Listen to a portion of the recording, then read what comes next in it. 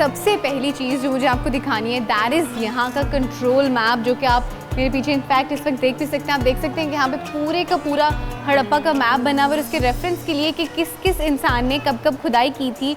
यहाँ पे आप देख सकते हैं उनके रेफरेंस के लिए उनके नाम भी लिखे हुए हैं, मधु सारप हैं, फिर उसके बाद व्हीलर हैं।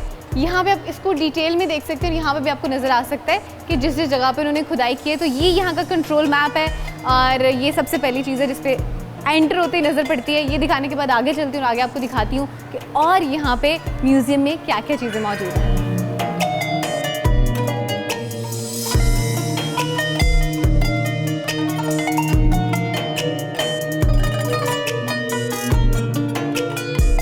अच्छा, सबसे पहले मैं आपको जो दिखाती हूँ वो है स्टोन एज के ज़माने से चीज़ें जिनको यहाँ पे प्रिजर्व किया गया। यू कुड सी वहाँ पे एक तो रॉ स्टोन पड़ा हुआ है जिनसे मुख्तलिफ चीज़ें बनाई हैं। यहाँ पे कुछ कुछ फ्लेक्स मौजूद हैं, यहाँ पे ब्लेड्स मौजूद हैं, एक्सेस मौजूद हैं। ये वो सारी चीज़ें जिनसे औजार बनाए जाते थे और उनको फिर अपने शिकार के लिए इस्तेमाल किया जाता। तो ये वो स्पेसिफिकली जगह है। अगली जो जगह है आई am gonna show you is that यहाँ पे आप देख सकते हैं पॉटरी के बहुत सारे रिमेन्स आपको मिले होंगे, उनके छोटे छोटे पीसेस हैं वहीं पे मौजूद हैं। उसके साथ यहाँ पे धागा बुनने के लिए ये वर्ल से बने हुए हैं जिसके अंदर एक लकड़ी का वो एक डाल के कुछ उससे धागा बुना जाता था। उसके साथ आप देख सकते हैं कि ये बीड्स बने हुए हैं, नेकलेसेस बने हुए हैं जो कि वहाँ की ख़वातीन, उस दौर की ख़वातीन इनको पहना करती थी। और यहाँ से ये भी एक चीज़ मिली है कि बेसिकली उस दौर के लोग जो है वो झोंपड़ी में रहा करते थे और ये सारी चीज़ें उस टाइम पे इस्तेमाल किया करते थे।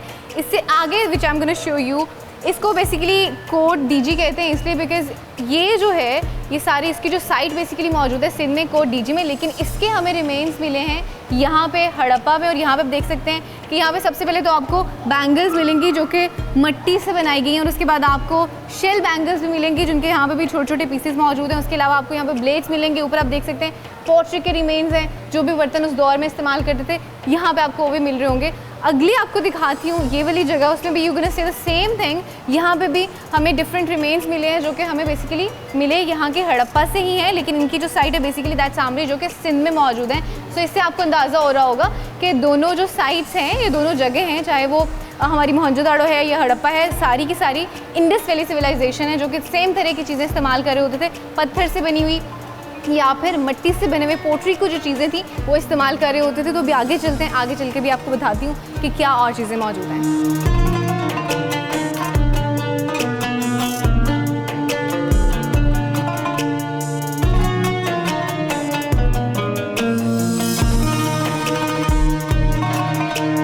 अच्छा, इससे पहले मैंने आपको मेल स्केलेटन दिखाया था और उस मेल स्केलेटन के साथ ये जितनी भी चीज़ें इस वक्त यहाँ पे आपको पोट्री की नज़र आ रही है ना, उनके साथ दफन हुई मिली थी।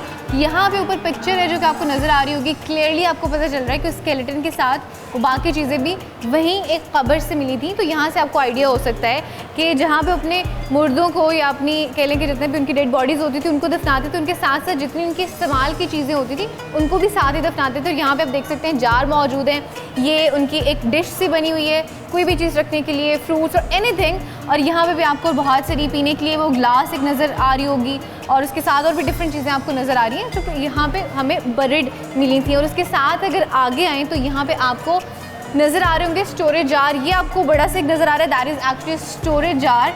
लेकिन उसके साथ आपको ये जो दो जार्स नज़र आ रहे हैं ना, these are not the storage jars, basically these are the burying jars, क्योंकि ये भी हमें कब्र से मिले हैं, किसी कब्र की खुदाई के वक्त ही। और क्या होता है कि बेसिकली इनके दो तरीक़ाकार होते थे, एक के तो डेड बॉडी को डायरेक्टली दफना देते थे और दूसरा ये कि जो हड्डियाँ होती थी पहले तो किसी डेड बॉडी को कहीं दूर छोड़ाते थे और जब वो उसको सारी उसकी बॉडी जो है डिग्रेड हो जाती थी तो उसकी जो हड्डियाँ होती थी उनको इन जार्स में डाल के फिर दफना दिया करते थे। आगे if I show you something, तो यहाँ पे आपको इनफैक्ट दिस इज़ रिटन के ritual games, many different types of the games and also been used for the ritual purposes and enjoyment purpose as well. तो यहाँ पे आपको कुछ इस तरह की चीज़ें नज़र आ रही होंगी जिनसे वो खेल रहे होते थे। एज एन एग्जाम्पल अब जस्ट टेल यू, यहाँ पे आपको बुल नज़र आ रहा होगा और बुल के लिए एक चीज़ इस तरह से मशहूर है कि अगर आप उसकी दुम खींचें तो अपनी गर्दन हिलाता है। अगर क्लोजली मैं आपको दिखाऊं तो देखिए उन्होंने एक पीछे सुराख बनाया हुआ है और रस्सी बनाई हुई है, तो जिसको आप खींचेंगे तो उसकी गर्दन हिलेगी। It means they use to have like use this kind of things for the game purpose and enjoyment as well. उसके साथ आपको यहाँ पे मुख्तलिफ जानवर नज़र आ रहे होंगे, ये टर्टल से बना हुआ है, दैट इज़ डायनासोर। फिर उसके अलावा यहाँ पे भी आपको मोर भी इनफैक्ट नज़र आ रहे होंगे। पीछे आप देख सकते हैं कि इनकी छोटे छोटे वो बने हुए हैं बुद्ध से, तो यहाँ से आपको अंदाज़ा हो रहा होगा कि इसमें हमें एक बुद्धिज़्म जो है वो भी हमें मिल रहा है और हिंदुज़म का जो कल्चर है हमें बेसिकली वो भी मिल रहा है उसके साथ साथ। अच्छा, I want to show an other thing to you guys as well. यहाँ पे आप देखें कि दिस इज़ अ बुल, जो कि आपको यहाँ पे नज़र आ रही है। और ये जो बुल है बेसिकली ये बैलगाड़ी है। 2 बुल आपको नज़र आ रहे हैं, उसके पीछे आपको पूरी बैलगाड़ी नज़र आ रही है, उसके ऊपर कोई बैठा भी हुआ चला रहा है और शायद वो मेरे ख्याल से फीमेल है, उन्होंने अपने बच्चे को उठाया हुआ है। तो यहाँ से आपको अंदाज़ा हो रहा होगा कि ये सिविलाइजेशन है तो बहुत पुरानी, लेकिन उस दौर के हवाले से और अभी की अगर बात करें, अभी के दौर के हवाले से भी बहुत मॉडर्न थी, क्योंकि आज के दौर में भी बैलगाड़ी इस्तेमाल होती है और उस दौर में भी बैलगाड़ी इस्तेमाल होती है। और हमारी भी थोड़ी डिस्कशन भी हो रही थी यहाँ के जो इन सारी चीज़ों को एग्जीक्यूशन में हेल्प कर रहे होते हैं, तो उन्होंने बताया कि हमें इनफैक्ट उस जगह के जहाँ पे बैलगाड़ी ये चल रही होती है उसके भी आसार मिले हैं। अच्छा, यहाँ पे आपको नज़र आ रही है मिनिएचर पॉटरी बच्चों के लिए, जैसे हम आज के दौर में बच्चों के लिए खिलौने जो हैं वो दे रहे होते हैं, ले रहे होते हैं, तो मिट्टी के खिलौने आज के दौर में भी इस्तेमाल होते हैं। तो उस दौर में भी मिट्टी के खिलौने हैं जो कि बच्चों के लिए इस्तेमाल होते थे। आगे चल के आपको दिखाती हूँ। आगे आपको ये जार्स नज़र आ रहे हैं जो कि रोज़मर्रा की ज़िंदगी के लिए इस्तेमाल होते हैं। ये स्टोरेज जार है। अगेन आपको एक ऐसी डिश नज़र आ रही है जो कि इनफैक्ट आज के दौर की बहुत ही मॉडर्न, इनफैक्ट आप लोग देखेंगे तो आपको आइडिया होगा, यकीनन आपके घरों में मौजूद होगी कि इस तरह की जो बनी हुई है ट्रे सी, जिसमें हम गेस्ट के लिए ओवन अपने लिए भी हम फ्रूट्स या बाकी डिफरेंट चीज़ें डिशेस रख रहे होते हैं। तो यहाँ से आप अंदाज़ा करें कि कितनी पुरानी तहज़ीब है लेकिन कितनी मॉडर्न तहज़ीब है। आगे चलते हैं, आगे चल के आपको दिखाती हूँ। तो यहाँ पे there is another storage jar. उसके अलावा यहाँ पे आपको नज़र आ रही होगी, इसको बेसिकली शंख कहते हैं। और अगर आपको डेफिनेटली याद हो कि हम लोग मारवाड़ी लोगों के पास जब गए थे तो उन्होंने शंख का तब भी इस्तेमाल किया था, तो वही शंख यहाँ पे भी मौजूद है।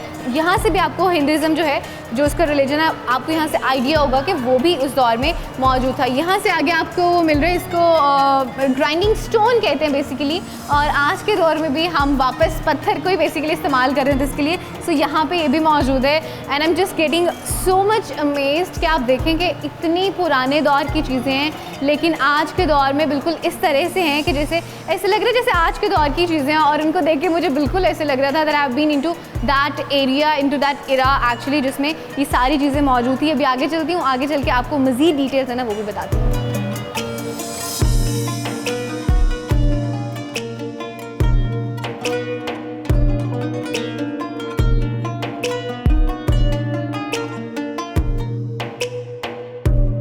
अच्छा, इससे पहले मैंने आपको मेल स्केलेटन दिखाया था। अभी जो आप देख रहे हैं that is actually female skeleton. और एक इंटरेस्टिंग चीज़ ये है कि आप देख सकते हैं कि उन्होंने बैंगल्स भी पहनी हुई है। सो उस दौर में होता क्या था कि ख़वातीन को उनके ज़ेवरात के साथ दफना दिया जाता था। और जिस तरह से पहले मैंने आपको दिखाया कि मेल स्केलेटन के साथ उसके इस्तेमाल के जितने बर्तन थे उनको भी साथ में ही दफना दिया गया था, इसी तरह से फ़ीमेल के साथ भी आपको उनके बर्तन नज़र आ रहे होंगे। ये भी in fact I will show you a close picture as well. ये भी उन्हीं के साथ मिले थे और उनको उन्हीं के साथ यहाँ पे डिस्प्ले किया गया है। और ये 2 ढांचे हैं जिनको भी डिस्प्ले में रखा गया है। बाकी इसके अलावा कोई 40 ढांचे टोटल मिले थे जिनको उन्होंने अपनी तहवील में रखा हुआ है। अच्छा, मेरे लेफ्ट साइड पे मोहनजोदड़ो से रिलेवेंट कुछ चीज़ें मौजूद हैं जो कि मैं आपको दिखाती हूँ। यहाँ पे सबसे पहले आप देखें बैलगाड़ी मौजूद है जो कि मैंने आपको पीछे भी दिखाई थी और वो हड़प्पा से एक्चुअली मिली थी। तो यहाँ से आपको अंदाज़ा हो रहा होगा कि मोहनजोदड़ो की भी चीज़ें और हड़प्पा की चीज़ें दोनों there almost, you could say actually there almost same. इसका मतलब ये कि इनकी तहजीब सेम थी, यानी कि it was Indus valley civilization. यहाँ पे आप देखें कि बहुत इंटरेस्टिंग चीज़ें। सबसे नीचे यू कुड सी बेसिकली जो चेस गेम जो हम खेलते हैं उसके मोहरे पड़े हुए हैं और they very cute cute small little. और उसके ऊपर यू कुड सी स्टैम्प्स पड़ी हुई हैं डिफरेंट तरह की जो कि उस दौर में इस्तेमाल होती थी। उसके ऊपर you could C different blades. और यही ब्लेड्स थोड़ी देर पहले जो मैंने आपको भी दिखाया वो हड़प्पा के हमें पॉइंट से मिले थे, उसकी साइड से, ये मोहनजोदड़ो की साइड से मिले और ये भी सेम है। मतलब ये कि इनकी जो सिविलाइजेशन है दैट इज़ ऑलमोस्ट सेम।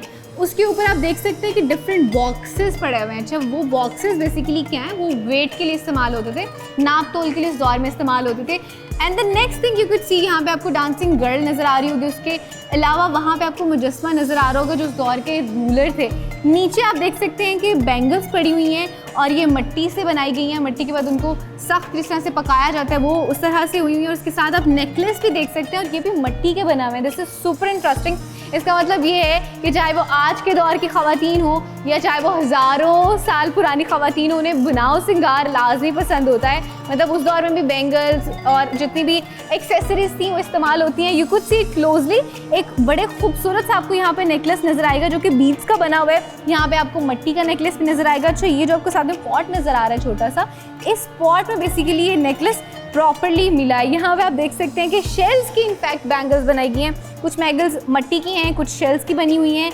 यहाँ पे you could see as well again कि यहाँ पे शंख मौजूद है, जो कि मैंने आपको पीछे भी दिखाया है। मतलब यहाँ से आपको आइडिया हो रहा है उनकी कह लेंगे रिलीजन का, कि किस रिलीजन से वो लोग ताल्लुक़ रखते थे। यहाँ पे बैलगाड़ी हमें फिर से उसी तरह की कोई चीज़ नज़र आ रही है।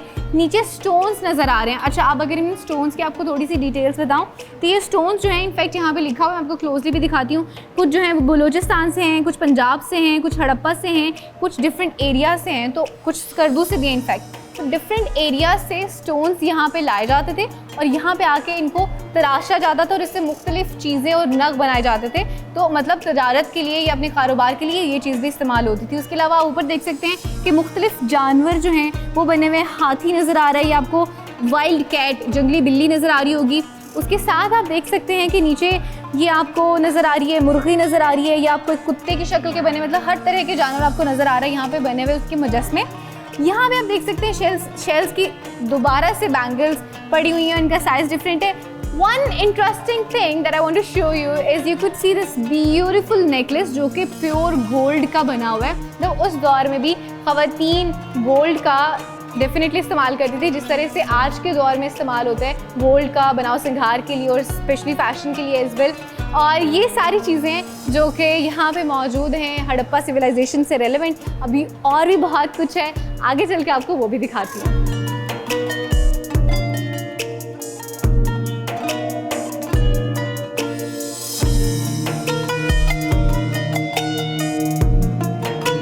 अच्छा, ये जो सेक्शन है स्पेसिफिकली इसमें कॉपर से रेलेवेंट चीज़ें मौजूद हैं। यू कुड सी ये कॉपर का एक पॉट है जो कि यहाँ पे मौजूद है, ये कॉपर की प्लेट है जो कि शायद खाने के लिए इस्तेमाल होती थी। वहाँ पे आपको एक्सेस और बाकी चीज़ें शिकार करने के लिए जो इस्तेमाल होती हैं वो नज़र आ रही होंगी। यहाँ पे आप नीचे और शिकार के लिए इस्तेमाल होती हुई चीज़ें देख रहे होंगे जो कि कॉपर की बनी हुई हैं। इधर भी छोटे छोटे से ब्लेड्स मौजूद हैं, बाकी टूल्स मौजूद हैं। और ये स्पेसिफिक पत्थर जो कि आपको यहाँ पे नज़र आ रहे होंगे, ये पत्थर इस्तेमाल होते हैं ये जितने भी यहाँ पे औजार हैं उनको शार्प करने के लिए। And that is the amazing thing कि किस तरह से उन्होंने उस दौर में भी अपने नाइफ्स को और अपने जितने भी उनके औजार थे शिकार के लिए या फिर अपने बचाव के लिए कितने खूबसूरती से और कितना amazingly they actually have done it. तो अभी कुछ और चीज़ें आगे चल के आपको वो भी दिखाती हूँ।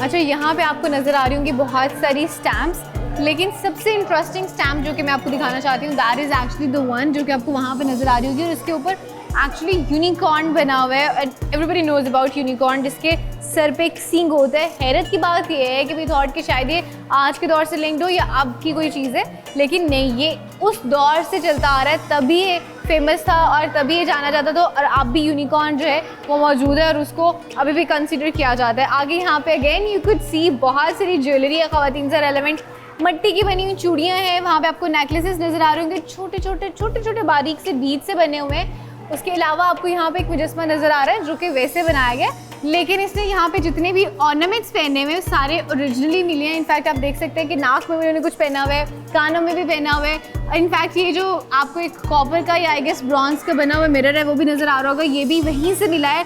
उसके साथ यहाँ पे आपको नज़र आ रही है कि कंघी बनी हुई है, कॉम्ब, वो भी मौजूद है। और ये एप्लीकेटर्स है बेसिकली जिसे सुरमा लगाते हैं या औरतें तब भी डेफिनेटली काजल लगाती होंगी आई गेस, तो काजल और सुरमा लगाने के लिए जो चीज़ें इस्तेमाल होती हैं।